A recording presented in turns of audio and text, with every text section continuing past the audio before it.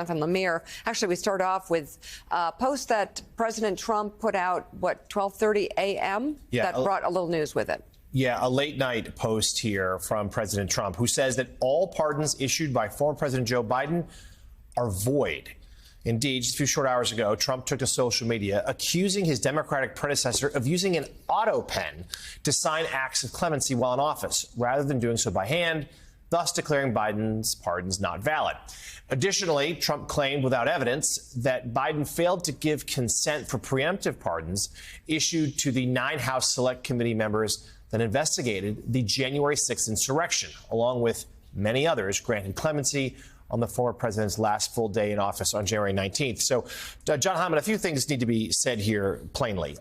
There's no authority that gives Donald Trump the ability to overturn his predecessor's pardons. The auto pen argument seems nonsensical, but this is clearly a warning in some way, particularly at those who on the January 6th committee, those who investigated the conduct of Trump and his allies, saying, and I'll just read from his Truth Social post, they should fully understand that they are subject to investigation at the highest level. And at minimum, John, it feels like another moment where Trump might be daring the courts, daring the judiciary. If he tries to see this through, it'll get appealed, and that appeal will be appealed, and eventually some court is going to have to either say yes or no, and we'll see what the administration, if they agree to abide by it. Yeah, John, there's so, as you said, there are many points to be made here, and it would almost be a joke if it weren't so kind of horrifying.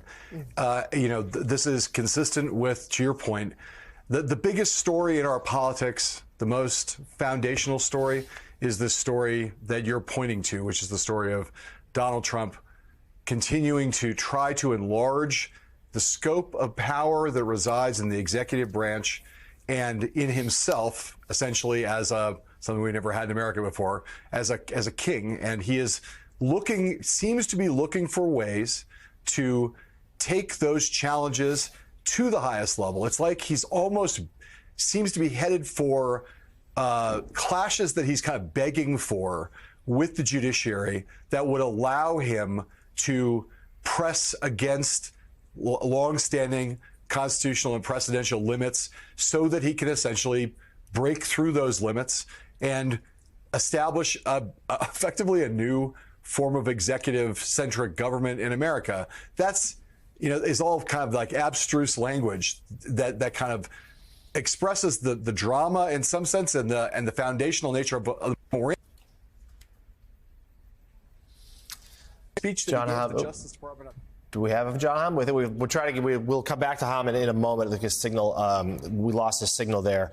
Perhaps the rain. Rev, let's talk about this, though. Where John was going, though, was clear and plain and dangerous. The idea that this is President Trump, trying to broaden the powers of the executive, he's already run over Congress, who's already seemingly happily seceded some of their powers to him.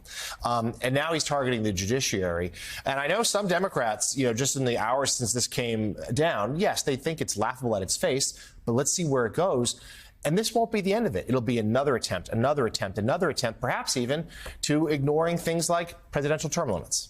No, what strikes me is the paradox. At one level, he's trying to break through all of the norms and all of what are the boundaries of presidential power and establish himself as king.